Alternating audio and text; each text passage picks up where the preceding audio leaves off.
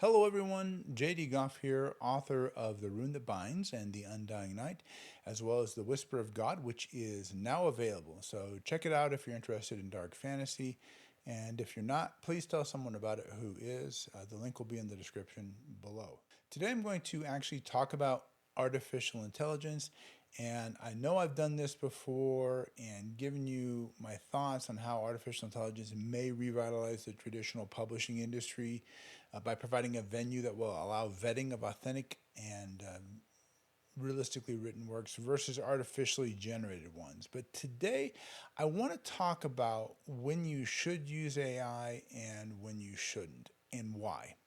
So I'm going to come out and I'm going to say this. I know it's controversial, but historically, as technology has advanced and new innovations and developments have come into being, old jobs have been lost. They've been rendered obsolete, and new jobs are created by the new technology. This is true of everything from the steam engine to the cotton gin to the internet and now artificial intelligence. And there have always been people who protested it, people who said it would cost people their jobs. And to be fair, it did. Those who stood in direct opposition to the new technology uh, did so for valid reasons, but every single time they fail to stop its implementation. And the only thing that becomes obsolete are themselves. So AI is here. We need to accept that. It's not going back into the bottle. We have to figure out how to use it and to use it ethically and effectively. And that's what this video is about. Now, I know what I'm about to say may upset some of you, but I'm trying to be pragmatic and objective. And so to that end, I'm going to talk about AI in two contexts, generating cover art and generating story content. Now this is going to be a two-part video. It's going to focus on AI generated covers, this one is, and the second will focus on AI generated copy or books. The first part is specific to using AI to generate covers because it's really tempting to do that, but I'm telling you right now, you shouldn't, and here's why. So let's actually take a look at a cover that is 100% AI generated. So I'm talking about the image itself. When I say 100% generated, I'm not talking about the text, though in this case, this particular cover, the title of the book, The Rune That Binds, there at the bottom, that is AI generated. Now, aside from the title, all the text is mine. And it actually looks good until we zoom in on it. One of the telltale signs of AI is what I call blobbiness. AI doesn't actually draw images, it activates pixels, predicting what should appear based upon the binary information that comprises an image. It actually never sees the image as an image, but rather data, which is why when you make people, you get 6 and 7 fingers, extra limbs. This is the best of around 100 generations that I got when I was generating this cover, but you can see the image itself with the text. It looks really good and very professional. You could put this in any bookstore, on a bookshelf, in a store, and it would fit in. Most wouldn't know it was made by AI. But if we zoom in, you're going to start seeing how things get blobby.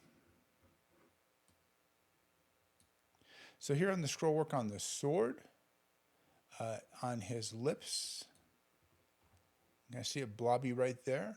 Even the eyes are not full circles, they kind of droop. And these aren't the only problems with this cover. I'm going to use some software to analyze the cover and give us some feedback. The software gives you a breakdown of what's good about it, what's bad about it, and it gives you a score. Now, I'm not going to go over the entire summary of what's good or bad about the cover.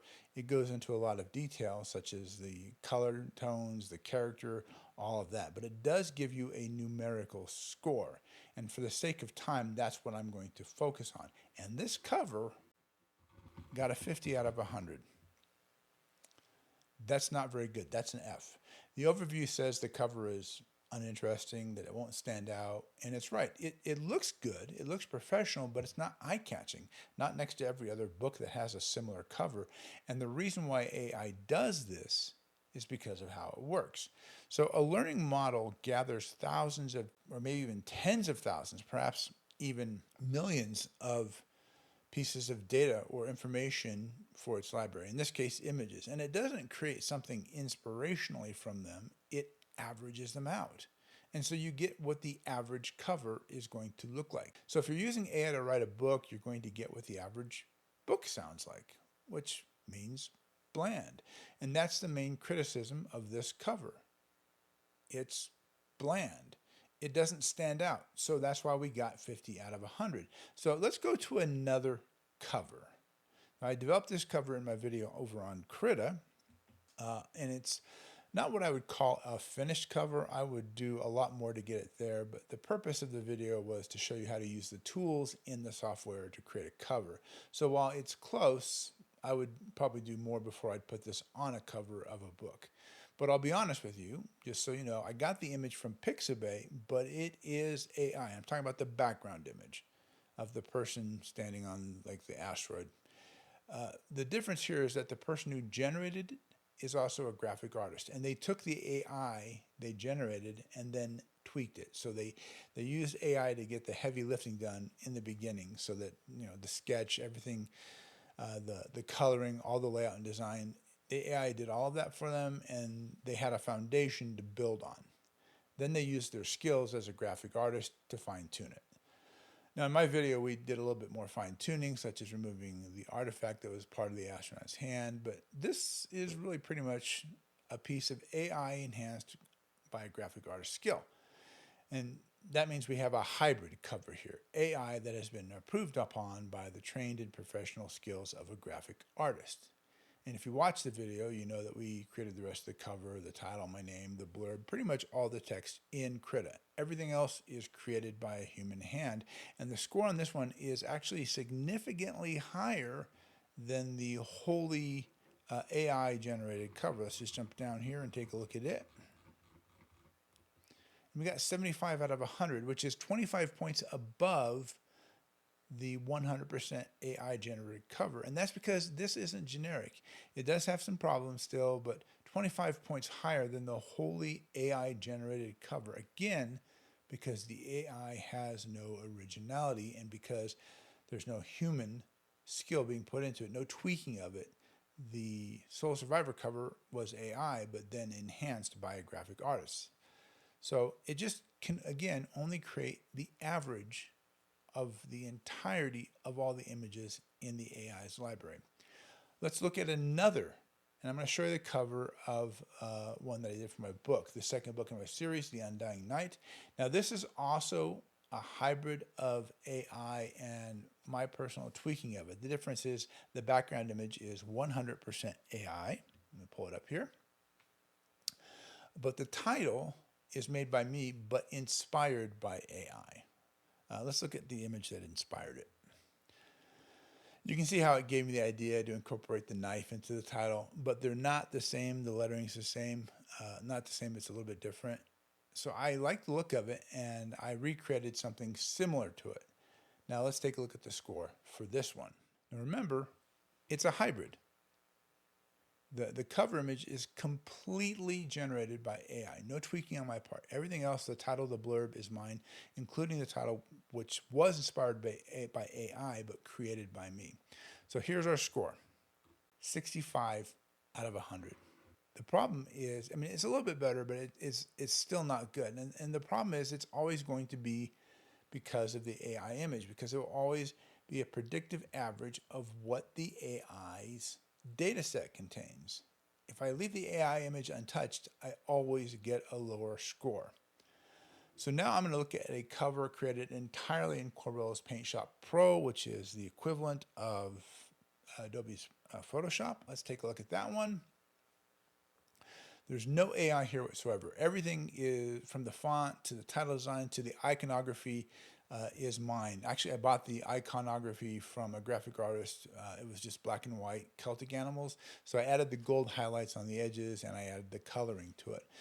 I put a lot of work into this cover. The important thing is that it's all my graphic design or the work of another artist that I license the work from. Everything here is generated by the human hand, including the iconography. So let's see how this one scores. 85 out of 100. That's 35 points above where the original fully 100% AI generated cover is.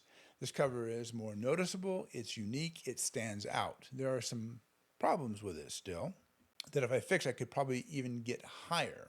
The font and the title at thumbnail size is hard to read, and there are some ways that I can fix that. In fact, I did. My second book, The Undying Night, has a very similar cover stylistically, but it has the same font and therefore the same problem. So what I did is I took the inspiration for the title from the AI generated picture, this one right here, and the design that I made for the cover here, and then I incorporated them into this cover. So I have the same Celtic animal.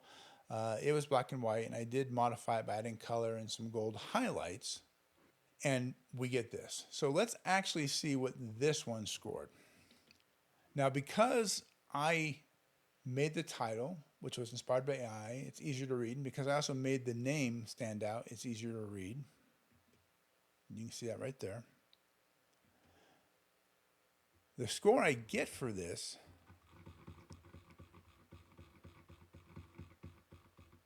is 95 out of 100. We're 5 points below perfect. The point I want to make is that AI isn't bad, and it's perfectly okay to use it in the process of creating original content. I'm not talking about how some of the models on which it's built are collected, the data, how it's collected. Sometimes it's dishonest by the companies gathering the data, but I'm talking about the tool itself. There's going to have to be laws and regulations that governing how data is compiled, but AI is simply a tool. One I believe we need to master if we are, as artists, not to become obsolete. And I think it's perfectly fine to use AI for inspiration, like I did for the title of my book, but it is a starting point. And this is where you want to begin, not where you want to end up. And that's the point I want to make. AI is here, and it's not going away. We should learn and shape how the tool is used, but it is only the starting point. Do not let it create your finished product. Don't use it to create your finished product. It will never create something as good as the human eye and imagination and human skill can, because it isn't designed to. It's designed not to be creative, but iterative. Not original, but derivative. AI generated images are drawn based on its data set, and it doesn't draw anything actually. It predicts what should come after what preceded the current byte of data that it's generating, and that results in an average of all the data that it has. That's the takeaway. It can create a very professional looking cover, but it's a dangerous trap to fall into to try to use it to do that. Although AI will create a really professional looking cover, it's a boring one. And it's one that will not generate interest in your readers. I actually used the cover to see how it would perform, and my sales went down.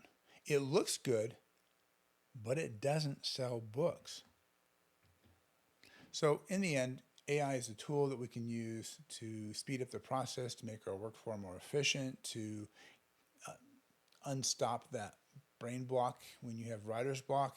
It does have its uses. It is a powerful tool, but we have to learn how to use it and work it into our workflow and not try to stop it from happening, because history proves that we can't do it. We're not going to be able to stop the advent of newer technology. It's never succeeded ever in the history of the world, except when you had total authoritarianism in the Dark Ages. So on the note of selling books, guys, I'm going to take just a second, if you'll bear with me, to plug my book. So I want you to imagine, if you will, a world where evil has triumphed. A world where evil is not hideous and horrifying, where you run away from it. It's seductive. It's beautiful. People are drawn to it because of something called the beckoning, which promises you whatever your heart desires. You want money, you want power, you want women, whatever you want, the beckoning will give it to you. But it does it by twisting you and shaping you into something else. And so people don't run from evil, they run toward it. That's the world that the Rune That Binds takes place in. Not everybody worships the fallen god Malasiphus, however. Not everybody turns to the beckoning. And those who don't use runes to protect their homes and their villages from the beckoning and the creatures it creates. Because one of the things the beckoning does is it promises immortality, but it gives it deceitfully by raising the dead and clothing their bodies in flesh that is beautiful and erotic and alluring and beckoning. And they hunt the living, and the living are drawn to them by the beckoning. Well, in these villages that don't worship Malasiphus, when a young man comes of age, he has to go out and set his own wards and resist the beckoning. And if he survives the beckoning and its creatures, he becomes a man. When the main character, Jan, survives, but his family is brutally murdered, he swears an oath of revenge. And the beckoning responds because that's his desire, and it begins to shape him and twist him so that he becomes brutal and ruthless and merciless and incredibly good at killing, until he becomes the very thing that took his family from him, and he now has to decide what matters more, revenge or his humanity. And that's where the first book, The Rune That Binds, starts and takes up and goes through The Undying Night into the Whisper of God.